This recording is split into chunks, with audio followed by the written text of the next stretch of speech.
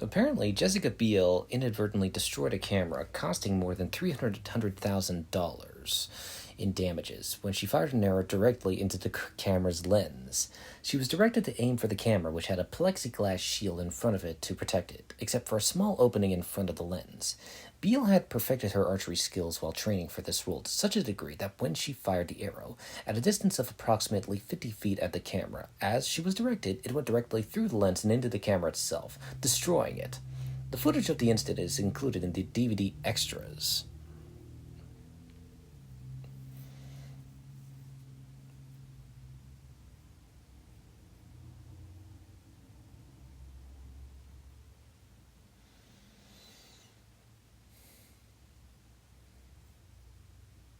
Yeah, not a great plan. The Plague Arrow, interesting name.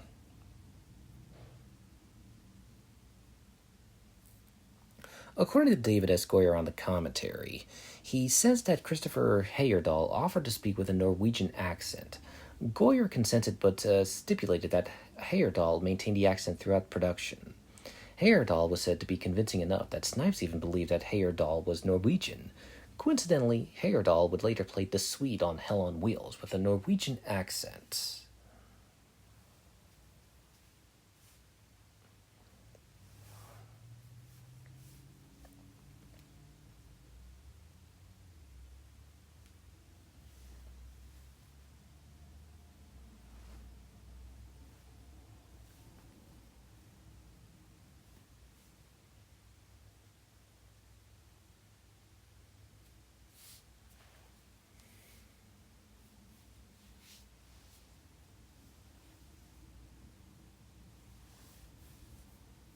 Well, that's not nice.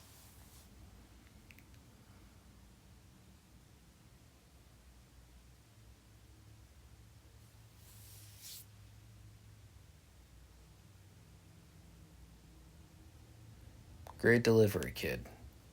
Okay, I shouldn't really fault the kid for that bad delivery. I mean, a child actor is only going to do the best they can what the director is going to tell them to do. I mean, a bad director will be the undoing of any good actor, including a child actor.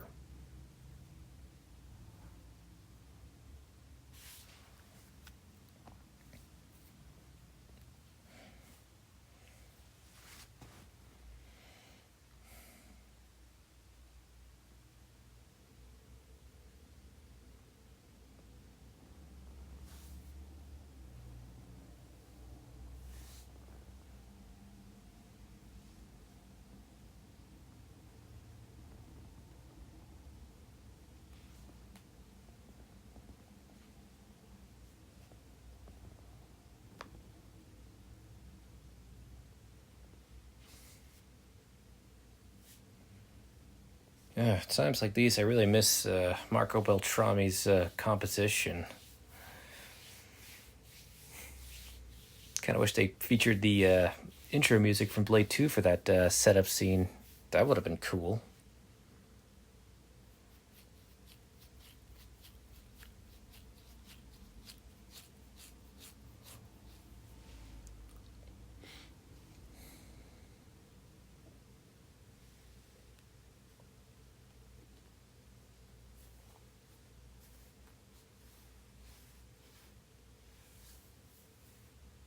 That was perfectly choreographed, and simultaneously sitting on both their motorcycles at the same time.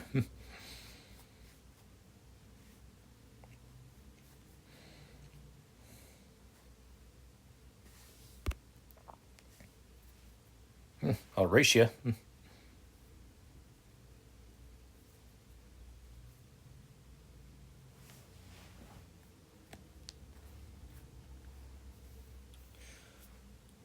Now, Colin Farrell, who is best known for playing Bullseye on Daredevil and the Penguin on The Batman, was offered the role of Hannibal King, but he turned it down. I wonder if he would have used his his natural Irish accent for Hannibal King. I guess we'll never know.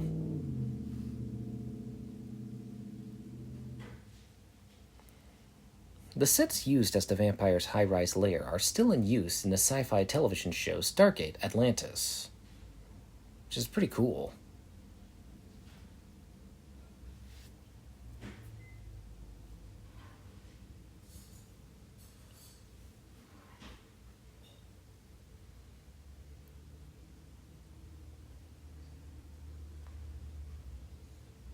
They're like saying, awesome, wow.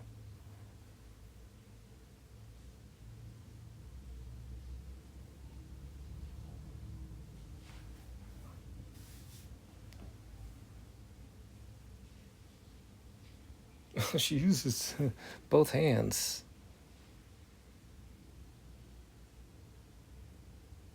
He has a Hello Kitty tattoo on his ass.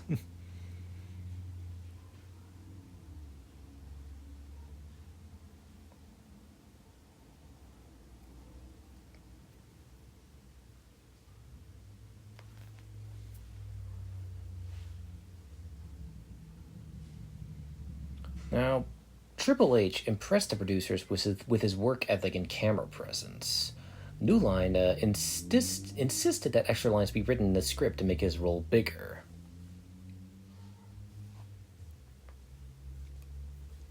Let out fire like he's a dragon.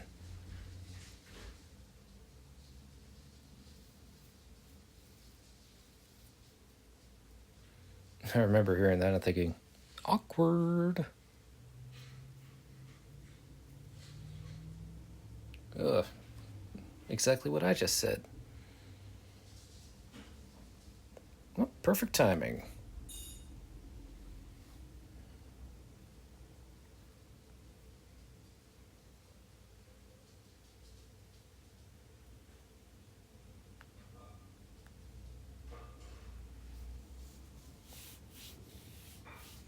Oof, that's gotta hurt.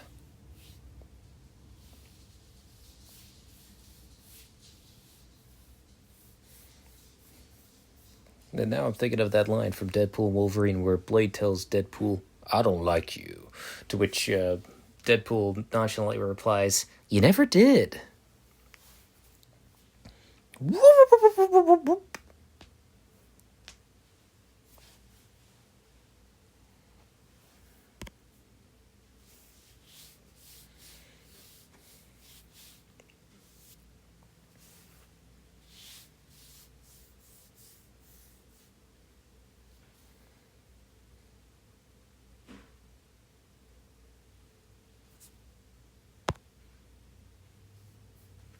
Oh, she did a superhero landing.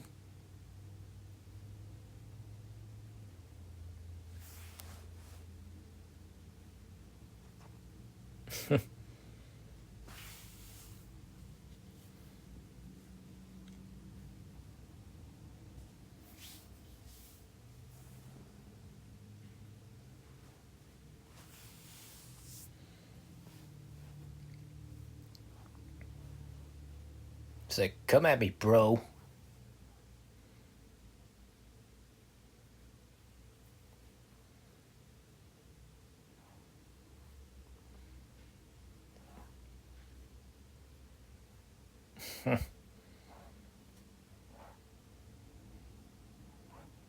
Toasty!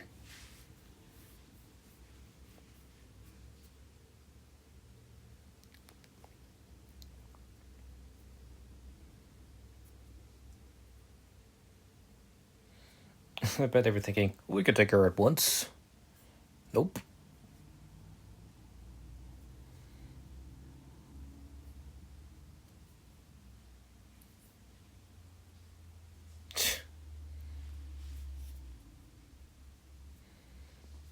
Yeah, these vampires in casual clothing, I can't take them seriously at all.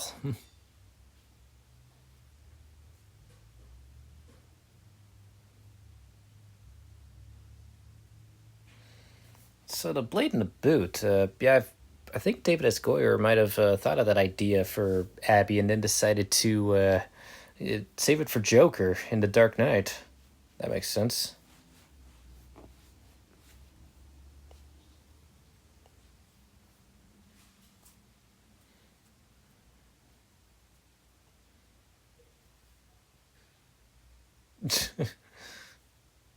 He's missing.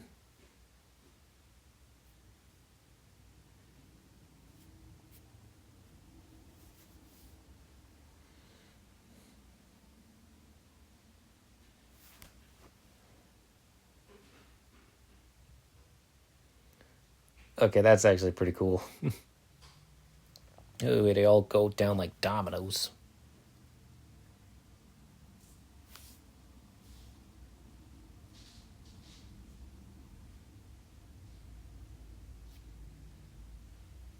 That's also pretty cool. I've got to get me one of those.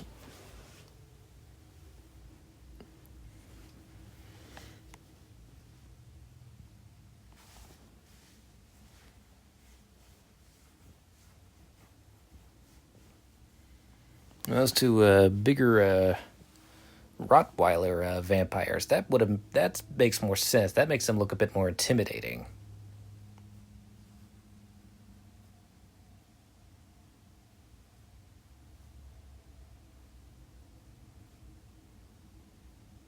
Flattery will get you nowhere.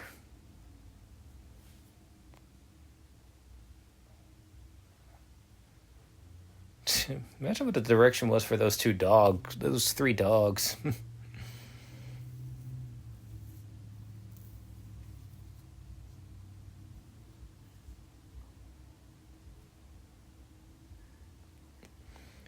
Cue the goofy yell. Yeah, hoo. Sorry if my goofy holler is mediocre. Don't turn your back. That should have killed him. Although I'd probably be in a lot of pain too.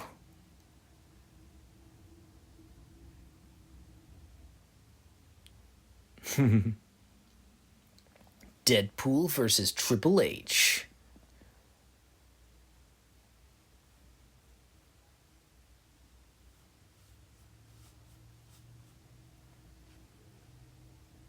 Actually, it's pretty cool knowing that Thomas Jane fought Kevin Nash and Ryan Reynolds fought Triple H.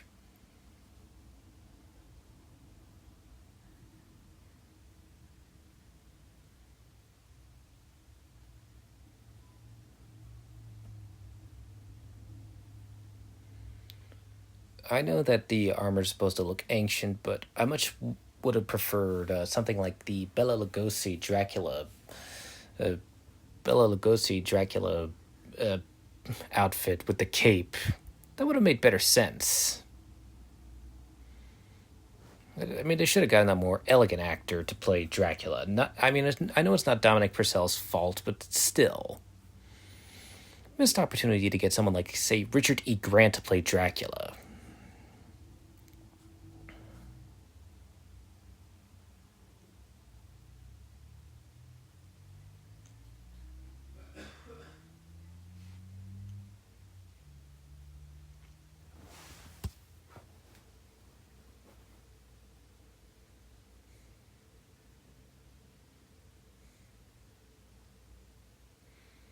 Oof.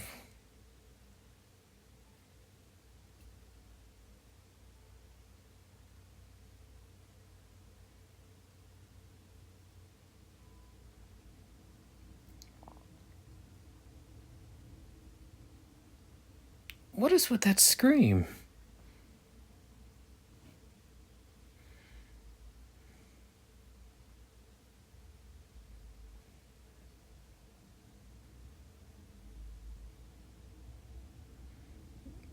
Ouch, that's gotta hurt.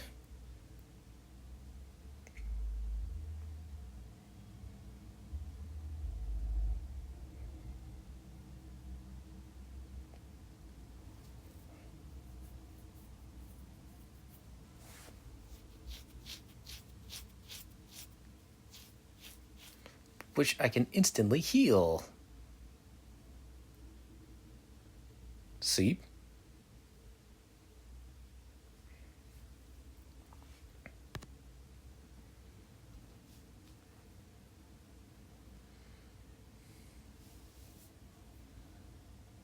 By God, that man had a family.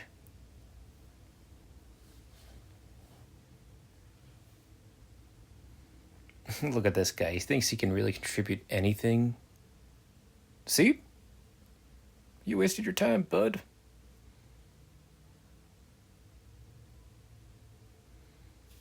Oh, that's also pretty cool.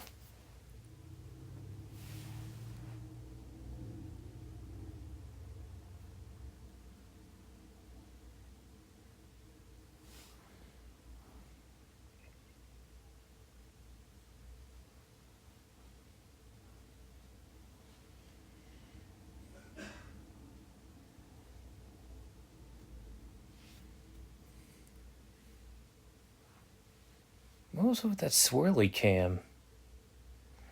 I don't usually say this, but don't swallow.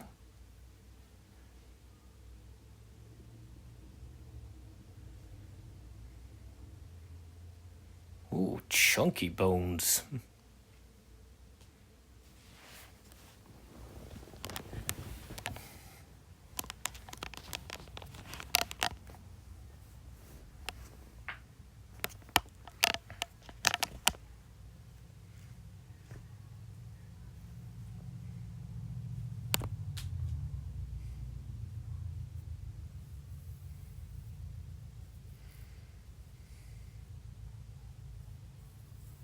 Now you've made him mad.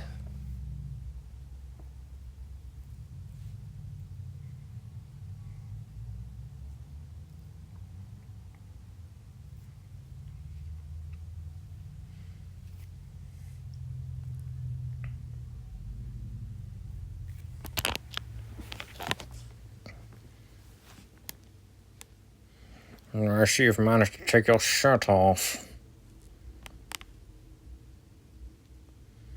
Oof. That floor did not look like good landing. Now, I should point out, Dracula's beast form is not played by Dominic Purcell. Dracula's beast form is portrayed by 6'7" creature actor Brian Steele. And Steele has portrayed many monsters and other creatures. He's portrayed Frankenstein's monster at the Universal Studios theme park, whether it was in Hollywood or Orlando, I'm not really sure. He portrayed Harry the Bigfoot in the Harry and the Hendersons TV show. He portrayed a werewolf in the first Underworld movie. He portrayed the Hell Knight in the Doom movie. And he also portrayed Samael and multiple creatures in the two Hellboy movies, collaborating with Blade 2 director Guillermo del Toro, which I think is pretty cool. I didn't even realize that he was the Samael beast in the first Hellboy film, which I think is pretty cool.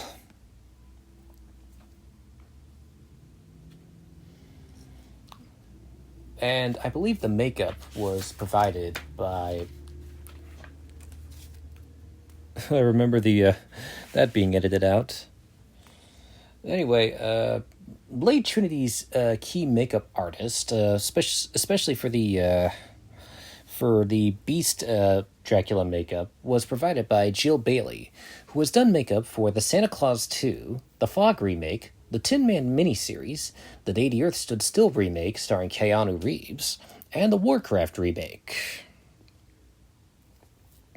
I did not know that until I just looked it up. Because remember, at Commentary Companions, I always do my research, and I always write down my notes. It actually helps me, gives me something to do.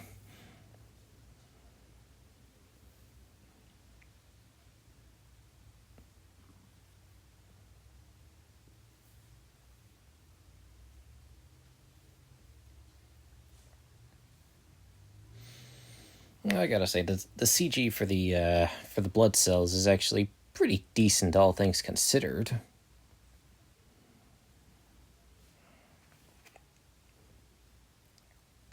And I like the detail of how it shows the blood cells being infected with the vampire virus.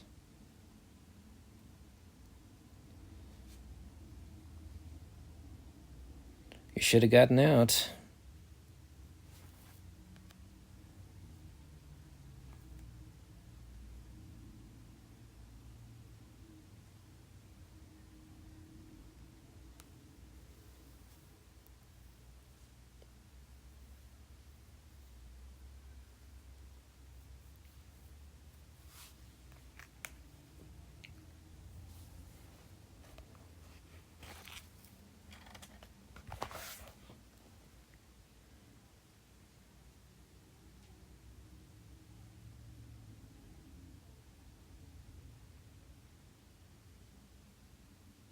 Not.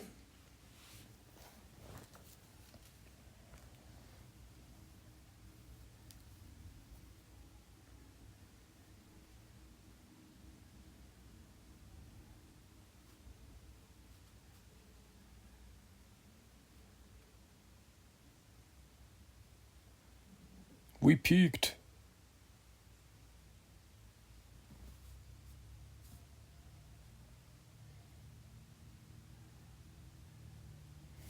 Still, it is something when a villain like Dracula respects you. It's earned.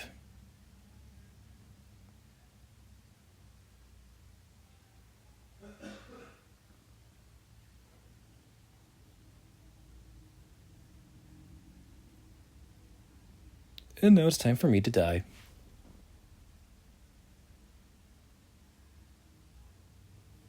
Blech.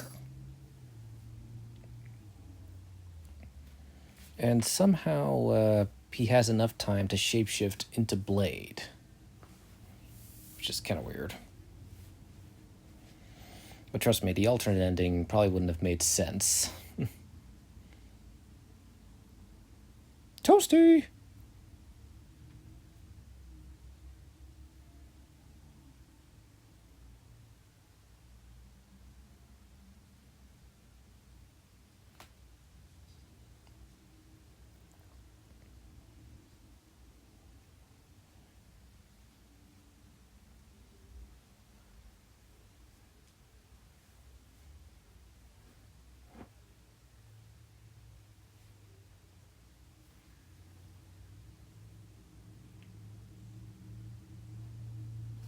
Yeah, what took you boys so long?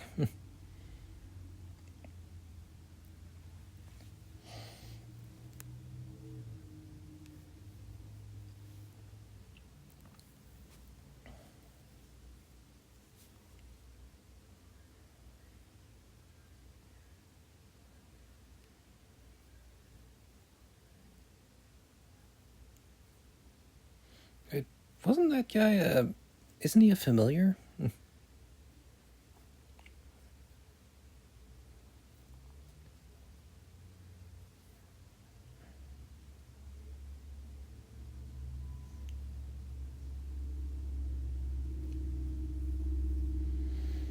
Yeah, so that's apparently, that's Dracula disguised as Blade.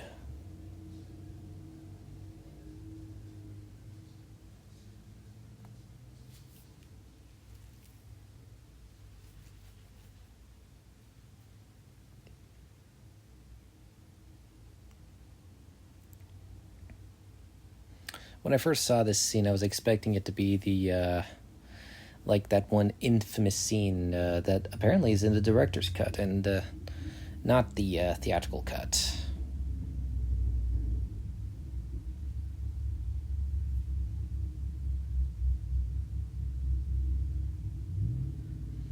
Surprise!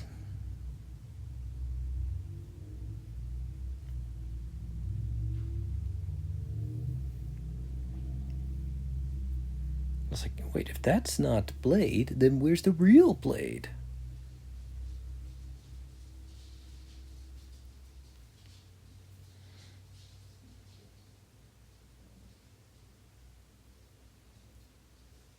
Unless the TVA knocks on your door and then puts you in the void.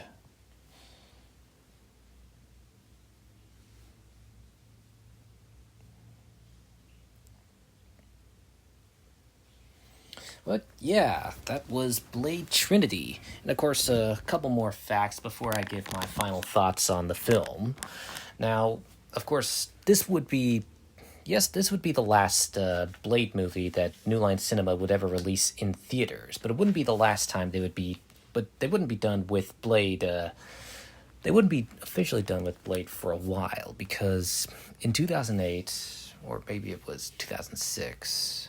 New Line Cinema would create a television series for Blade that would air on Spike TV and would have starred, but Wesley Snipes wouldn't be playing Blade in said series. Blade would instead be portrayed by rapper Sticky Fingers.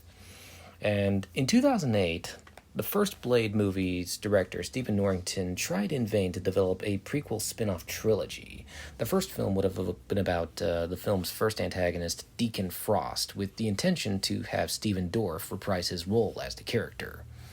But sadly, those plans all fell through when the film rights to Blade reverted back to Marvel in 2012. And Wesley Snipes would make his surprise return as Blade in the Deadpool and Wolverine movie, which was something I legitimately did not expect to happen. It was a surprise to be sure, but a welcome one. I'm glad to know that Wesley Snipes was so willing to collaborate with Ryan Reynolds again after that. But what are my thoughts on Blade Trinity? I mean, it's not as terrible as it was built up to be, but it's just dull. That's the problem. I mean, it has some cool action sequences on occasion, but it's formulaic and very dull, and I think Wesley Snipes' diva behavior at the time really doesn't do the film any favors. And I also think David S. Goyer should stick to co-writing with guys like Christopher Nolan. It's just a very dull experience for me, and I didn't hate it, but I also didn't like it. It's just more meh than anything. Not as terrible as it's built up to be, but it isn't. But it's very inferior to a film like Blade 2. Blade Trinity deserved better to go out on, but hey, we got what we got, and I'm certainly looking forward to the upcoming reboot starring Mahershala Ali as Blade. But yeah, that was my commentary to Blade Trinity. Hope you enjoyed listening to it. I certainly enjoyed stating all those facts and getting to talk about Count Dracula and all that, and the impact that he's left in the comic book community. But anyway, thanks for listening. Be sure to like and subscribe. Don't have a good day. Have a great day.